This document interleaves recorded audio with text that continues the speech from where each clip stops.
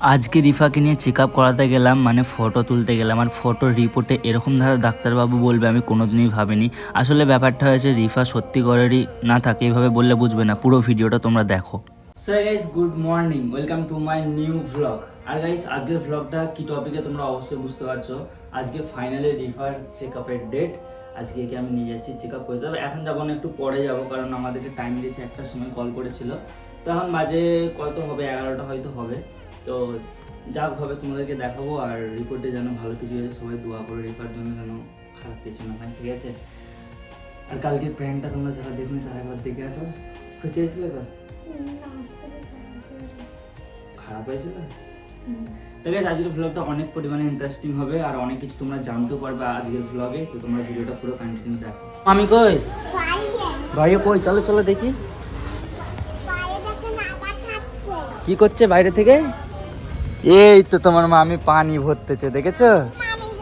তুমি এত ভারী চালাও নি গো, যা যা যা নষ্ট, যা যা যা যা, কষ্ট হবে কষ্ট হবে। তুমি মানি বইতে পারো? আর এখানে ম্যাডামের মুখ বাংলার 5 হয়ে আছে, কারণ ডাক্তারখানায় যাবে না বলে। বলছে আমি ফটো তুলবো নি, কি বলবো বলো। ওকে নিয়ে যাবো বলছি, জোর করে বলছে যাবো নি। গাইস, এত রোদ রেখেছে না আজকে, কি বলবো তোমাদেরকে। দেখো হয়, দেখো সূর্য মামা একদম টাকে আছে, মানে পুরো পাক্কা 12টা বাজে এখন। 12টার সময় ভিডিও করছি। তো গাইস, ফাইনালি রিফা এখানে রেডি হয়ে গেছে আর আমিও রেডি হয়ে গেছি নিয়ে যাওয়ার জন্য। 1টা বাজে, এখন 1টা বেজে গেছে বলো। তো চলো যাওয়া যাক। সবাই দোয়া করো যেন ওর খারাপ কিছু না হয়। আশা করছি উল্টোপাল্টা কিছু হয়নি। তো যা হবে তোমাদেরকে দেখাবো, তোমরাও দেখতে হবে। ভিডিওটা পুরো কন্টিনিউ দেখো। আর বেশি দূর না, আমাদের জগৎবল্লভপুরে স্কুল, তারার ওখানেই যাচ্ছি। তাহলে যাওয়া যাক, চলো গাইস। আজকে রোদও সেই লেভেলের আছে, সেই লেভেলের রাস্তা ক্লিয়ার। আর গাড়ি করে যাচ্ছে, যেতে যেতে রিফা বারবার আমাকে বলছে যে কিছু হবে না তো, কি ভয় লাগছে হ্যান ত্যান এরকম বলছিল। ওকে আমি ভরসা দিচ্ছিলাম যে না না কিছু হবে না। কথা বলতে বলতে এই যে এখানে চলে এসেছি, এখানে ফটোটা তোলা হবে। আর এখানে আসার সাথে সাথে ডাক্তারবাবু চলে এসেছিল। তো রিফা ভিতরে ঢুকে গেছে, আর রিফার সাথে সাথে আরও 4-5টা মেয়ে ঢুকেছে, মানে সবার একসাথে চেক আপ করিয়ে নেবে। আমাকে বাইরে ওয়েট করতে বললো। তো গাইস, ফাইনালি কিন্তু ডাক্তার বাড়ি থেকে চলে আসছি আমরা। অনেকক্ষণই এসেছি, ঠিক আছে। এসে ভাত খেলাম। তো এখন ভাবছি তোমাদেরকে জানানো দরকার। দেখো রিপোর্ট হচ্ছে এটা, তবে এইটার মানে ফটোটা যে তুলেছে তার প্রুফ, এটা দেখিয়ে আর কি আমাকে ফটোটা আনতে হবে, তাই তো? ওইটাই বললো তো। তো 2টো পরীক্ষা হয়েছে, এখানে দেখতে পাচ্ছ 2টো টেস্ট। তো কালকে কটার সময় দেবে বলবো? দুপুর 1টার সময়। না না হয়েছে কি জিজ্ঞাসা করবে, যদি হয়ে যায় তাহলে 1টার সময় আনতে হবে। দুপুর 1টার সময় কল করে জানতে বলেছিল। তো দেখা যাক কি হয়, আর তোমাদেরকে সব কিছুই জানাবো যা হবে, ঠিক আছে। দোয়া করো যেন ভালো জিনিসই হয়, খারাপ কিছু না হলেই হলো, তাই তো? আর বাচ্চাটা হলেই হলো, মানে দেখ গাইস, দেখো ম্যাডাম এখন সুস্থ, দেখি দেখি দেখি তো এখন কি সুস্থ? আর পেটে ফেটে লাগছে না লাগে না? যন্ত্রণা হয় না তো? এখন ঠিক হয়ে গেছে। এতদিন ধরে ছিল সব নাটক। আমি এতদিন ধরে তুমি নাটক করছো, বিশ্বাস করেন আমার কথা। তো সব সময় খালি লাগছে লাগছে। এখন ফটো তোলা হয়ে গেছে তো এখন আর লাগে না। বিষকে রাস্তায়, বিষকে ঘরেই মরবো, রাস্তায় মরতে যাবো কেন? রাস্তায় অ্যাক্সিডেন্ট হয়ে মরলো, আমি বিষকে ঘরে মরবো মানে কথার কথা বলছি। থাক, এই টেলের পাকামো করতে হবে না, রেখে দাও। থাক থাক। হ্যাঁ, পড়ছে যে আমার নাম রেহানা নয়, আমার নাম রিফা, তাই তো? তো যাই হোক, আমি এক জায়গায় যাবো, একটা বন্ধু কল করছে, দেখি ওর সাথে যাওয়া যাক, কেন ডাকছে দেখি। তো গাইস, ফাইনালি আমি গোসল করে নিয়েছি, করার পর দিন এখন যাচ্ছি একটু বাইরের দিকে। আর ওয়েদার কত সুন্দর ক্লিন হয়ে গেল ভাই, এত রোদ ছিল, রোদ ক্লিয়ার হয়ে। তো ডোরেমন রানীকে নিয়ে আমি এখন যাচ্ছি। মানে একটা বন্ধু ফুল ডিপ্রেশনে আছে, ঠিক আছে। তার লাইফ একটা বিশাল বড় কাহিনী চলছে, মানে আমার যেরকম হয়েছিল না ব্রেকআপ, আমার স্টোরিটা তোমরা জানো কম বেশি। তো সেরকমই ওর কিছু একটা হচ্ছে। তো ওর মুখ থেকে শুনবো যে কী হয়েছে অ্যাকচুয়ালি ব্যাপারটা। ও বলছে ভাই আয়, খুব কষ্টের মধ্যে আছি। আর সত্যি বলতে কেউ কষ্টের মধ্যে থাকলে আমি তার কাছে আগে ছুটে যাই। তো যাই দেখি কি হয়েছে ভাইটার। তো গাইস, আমি এই বন্ধুটার কথাই বলছিলাম। তো এখন একটু চা খাওয়ালো, তো ওর কাহানিটা তোমাদেরকে আমি শোনাবো, ঠিক আছে। মানে আমি একটুখানি শুনলাম, খুব খারাপ লাগছে ব্যাপারটা। আমরা আছি এই বড়দ্বীপের এই ফাঁকা রাস্তাটা, এই দিক দিয়ে গেলে বড়দ্বীপ পড়ে। তো ফাঁকা রাস্তাটা একটুখানি ভিউ নেবো, হাওয়াও খাবো, আর ওর স্টোরিটা শুনবো, তোমাদেরকেও শোনাবো কী হয়েছে ওর সাথে। মানে গাইস, ব্যাপারটা হয়েছে বন্ধুটা এখন খুব পরিমাণে ইমোশনাল হয়ে গেছে। আর ওর সাথে আমি এতক্ষণ কথা বলছিলাম। মানে দেখো, সত্যি বলতে গেলে লাইফে, সবার লাইফে খারাপ টাইম আসে, খারাপ জিনিস ঘটে। তো এর না বিয়েওয়ালা, ঠিক আছে। এই ছেলেটার বিয়ে হয়েছিল একবার, এই বন্ধুটার আর কি আমার। তো ভাই তোকে বলি, শোন এদিকে, মন খারাপ করতে হবে না। দেখ সবার লাইফে খারাপ টাইম আসে, ভেবেলে তোর লাইফও খারাপ টাইম হয়েছে, একদিন না একদিন সবার ভালো টাইমও আসে, আর তোরও ভালো টাইম অবশ্যই আসবে। দেখ আল্লাহ পাক সবার জন্য ভালো জিনিস লিখে রেখেছে। যদি সে তোকে ছেড়ে চলে যেতে চাই বিয়ের পরেও, তাকে যেতে দে ভাই, তাকে মুক্তি দে। আমার মত তাকে আমি ভালোবাসি, বিশ্বাস কর তুই। ভালো, আরে ভাই ভালো সবাইকেই বাসে, কিন্তু যে যেতে চাই তাকে সবসময় যেতে দিতে হয়। কারণ তাকে যদি বাঁচবো আমি, ওইটাই ভাবতে পারছি। তাকে যদি আটকে রাখিস না লাইফে, তুই জীবনে আগে বাড়তে পারবি না। আমার কাছে কথা হচ্ছে এইটা। এই যে এখন ছেলেটা কাঁদছে, মন খারাপ করে আছে, ঠিক আছে, এই যে এখন ছেলেটা কাঁদছে, এর জিম্মেদার কে তোমরাই বলো? একটা মেয়ে। এবার সব মেয়েরা খারাপ হয় না। ওকে এমনকি এত খারাপ কাজ করেছে আমি তাও মাফ করেছি ভাই। এর দু একটা কি বলবো, আমার হয়তো ভুল হয়েছে, আমি তার পায়া সমেত ধরেছি একটা সম্পর্ক বাঁচাবার জন্য। ভাই সে মাফ করতে পারেনি আমাকে। কাঁদে নিস। দেখো গাইস, এর বউ ছিল একটা, বা এখনো আছে, কিন্তু সেই বউটা এর কাছে নেই এখন। কোথায় বললি চলে গেছে না? তার মায়ের কাছে গেছে। মায়ের কাছে চলে গেছে। ওর মায়ের আর পাঠাতে চাইছে না এখানে, তাই তো, বারণ করছে।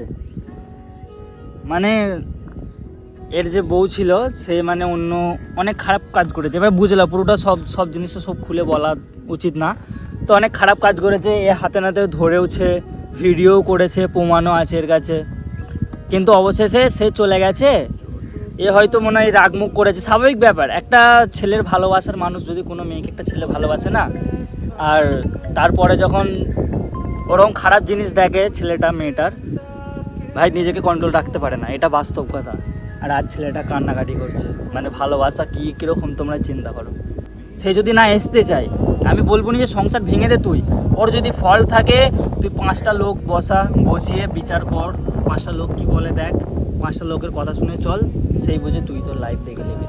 কারণ দোষটা তার। তুই আমাকে যে আমাকে কাহানিগুলো যেগুলো শোনালো এর বউয়ের বিষয়ে, ভাই মানে একটা বউ হয়ে মানছি সব আমার ভুল। ডাক্তার দেখাইনি, কোথায় ঘুরতে নিয়ে যেতে পারিনি, তার ফ্যামিলির কাছে গাইস আমি বলছি সমস্যা আছে। না না, তুই যেটা বললি ডাক্তার দেখাতে পারিনি, মানুষের পরিস্থিতিটাও বুঝতে হয়। একটা ছেলের কাছে সবসময় টাকা থাকবে এর কোনো গ্যারেন্টি নেই। একটা ছেলের পরিস্থিতি খারাপ থাকতেও পারে। সেই টাইমটা যদি তুমি বলো যে আমাকে ডাক্তার দেখাতে হবে, আমাকে ঘুরতে নিয়ে যেতে হবে, আমার পেছনে টাকা খরচা করতে হবে, ছেলেটার পরিস্থিতিটাও তোমাদেরকে বোঝা দরকার আছে। মেয়েদেরকে বলছি, কিছু কিছু মেয়েদেরকে, ছেলের কাছে টাকা নেই, আমার ওই জামাটা লাগবে, তুমি একবারে ছেলেটার কথা ভাবলে না যে টাকাটা কোথা থেকে পাবে। তুমি জোর করলে হয়ে যাবে, এটা শুধু মেনে নেওয়া যায় কথাটা। আর তোমাকে দিতে পারে না বলে তুমি অন্য ছেলের সাথে লটর পটর করবে, আর যখন তোমার হাজবেন্ড ধরে নেবে বা বয়ফ্রেন্ড ধরে নেবে, তখন এসে ছেলেটার দোষ হয়ে যাবে নাকি? দোষটা একদমই না, এটা ভুল এমনকি কাজ। ওকে বাঁচাবার জন্য আমি যেই পরিস্থিতি পড়েছিলাম সেই দিনে ও মারা যেত না বিয়ে করলে। আমি আমার মায়েরা বলেছিল, মানে ফ্যামিলির লোক বলেছিল যে 2 বছর পর বিয়ে দেবে। সেই টাইমে ওর জীবন বাঁচাবার লেগে আমার লাইফটা বরবাদ করে তাকে এনেছি। সেই টাইমে আমার খুব পরিস্থিতি খারাপ, আমার বাপের, এমনকি এর বাপ বড়- এখন এই দুনিয়াতে নেই। ইন্না লিল্লাহি ওয়া ইন্না ইলাইহি রাজিউন।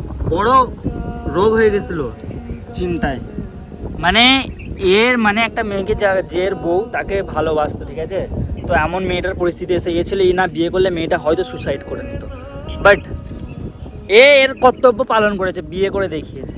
আজ 4 বছর হয়ে গেছে। খারাপ টাইমে আমাকে হাত ছেড়ে চলে গেল সে। এখন যখন দেখছে এর কাছে কিছু নেই, বা এখন পরিস্থিতি খারাপ চলছে, সবার পরিস্থিতি তো আর এক থাকে না, তাই না? দেখ তোর আব্বা এই দুনিয়াতে নেই, তোর মা তো আছে তো, মায়ের দেখভাল করতে হবে তো, তোকেই করতে হবে তো। তাহলে তুই যদি তার জন্য কষ্ট করবি, জান দিবি, হাত কাটবি ব্লেড দিয়ে, সি থোড়ি দেখতে আসবি না, সি আহা দয়া করবে, সি তার জায়গায় ঠিক থাকবে, তোর কষ্ট হবে, তোর মায়ের কষ্ট হবে। দেখ গাইস, আমি ক্যামেরাটা বন্ধ করছি, এর ডিপ্রেশন আছে, আমি একটুখানি বুঝাই, বাকি গাইস বন্ধ করছি। গাইস ব্যাপারটা হচ্ছে, বন্ধু তো ইমোশনাল হয়েছিল, ওকে যাই করে ম্যানেজ করে একটু ঠিক করেছি। এখন আমার এই ফুলগুলো খুব পছন্দ হচ্ছে রিপার জন্য, ভাবছি একটু ছিঁড়ে ছাড়া নিয়ে যাই, পারবো কীভাবে ওইটাই হচ্ছে সন্দেহ।